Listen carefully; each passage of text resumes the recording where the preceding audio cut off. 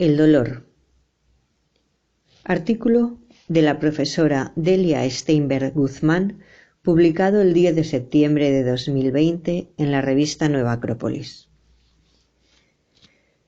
Hay una pregunta que calladamente o en voz alta solemos formularnos varias veces al día, muchas, demasiadas veces en la vida. ¿Por qué sufren los hombres? ¿Por qué existe el dolor? Esta pregunta señala una realidad de la que nos es imposible escapar. Todos sufren, por una u otra razón. Todos sangran en su corazón e intentan vanamente apresar una felicidad concebida como una sucesión ininterrumpida de gozos y satisfacciones. Viene a mi memoria una parábola del budismo que siempre me ha impresionado. Aparece en los libros bajo el nombre de El grano de mostaza y en síntesis refleja el dolor de una madre que ha perdido a su hijo, pero que sin embargo confía en volverlo a la vida gracias a las artes mágicas del Buda. Este no desalienta a la madre, solo le pide que para resucitar a su hijo le consiga un grano de mostaza obtenido en un hogar donde no se conozca la desgracia. El final de la parábola es evidente.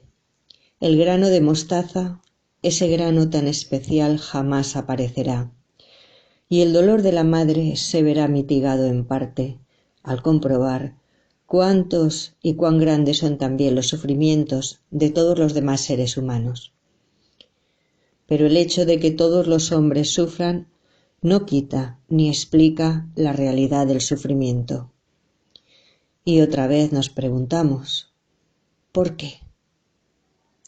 Viejas enseñanzas, más viejas aún que la parábola citada, nos ayudan a penetrar en el intrincado laberinto del dolor.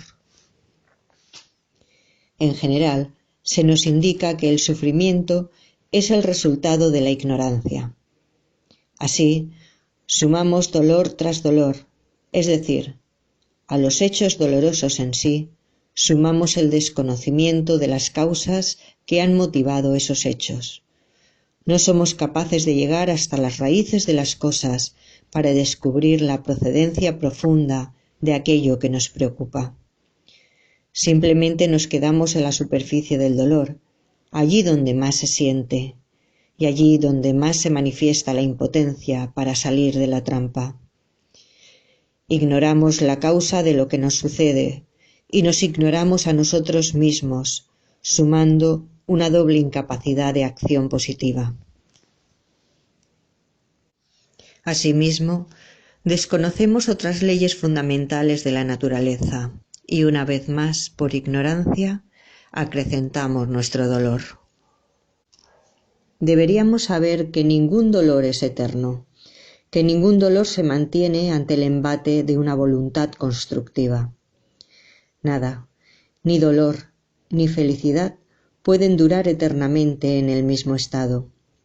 Hay que aprender, pues, a jugar con el tiempo para hallar una de las posibles salidas del laberinto. El dolor de lo porvenir no tiene cabida en el presente, ya que es un sufrimiento inútil, antes de tiempo, y tal vez sin razón de ser. Es verdad que en el presente ya se está gestando el futuro, pero también es verdad que el temor del futuro es germen de futuros males, mientras que la voluntad firme y positiva da lugar a circunstancias más favorables que también pueden gestarse en el presente. El dolor de las cosas pasadas es como intentar mantener el cadáver de un ser querido en nuestra casa, repitiéndonos constantemente que no ha muerto, volviendo 1000 veces los ojos a la irrealidad de un cuerpo que no existe y desconociendo la otra realidad espiritual que sí existe. Y en cuanto al dolor del presente, es apenas una punzada que en breve se hunde en el pasado para dejar lugar al futuro. Por eso decía un sabio que los hombres somos capaces de sufrir 3 veces por la misma cosa. esperando que suceda, mientras sucede y después que ha sucedido. Así se refuerza la tesis de la ignorancia como madre de todos los dolores. Para los orientales, siguiendo con la tónica de la parábola budista, el dolor es vehículo de conciencia, lo que equivale a decir que todo sufrimiento encierra una enseñanza necesaria para nuestra evolución. El dolor es el que nos obliga a detenernos y a preguntarnos acerca de las cosas. Sin el dolor, jamás nos diríamos, como tantas veces lo hacemos, ¿por qué a mí?, para advertir seguidamente que no es a mí solamente. Sin el dolor, no nos propondríamos indagar en las leyes ocultas que mueven todas las cosas, hechos y personas. Por poco que volvamos los ojos, encontraremos sufrimiento. Sufre la semilla que estalla para dar lugar al árbol.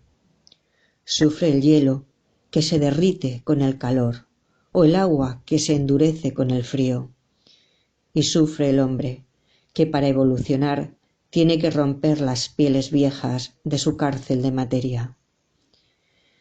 Pero tras todos estos sufrimientos se esconde una felicidad desconocida, la plenitud de la semilla, del agua, del alma humana que descubren, en medio de las tinieblas, la luz segura de su propio destino.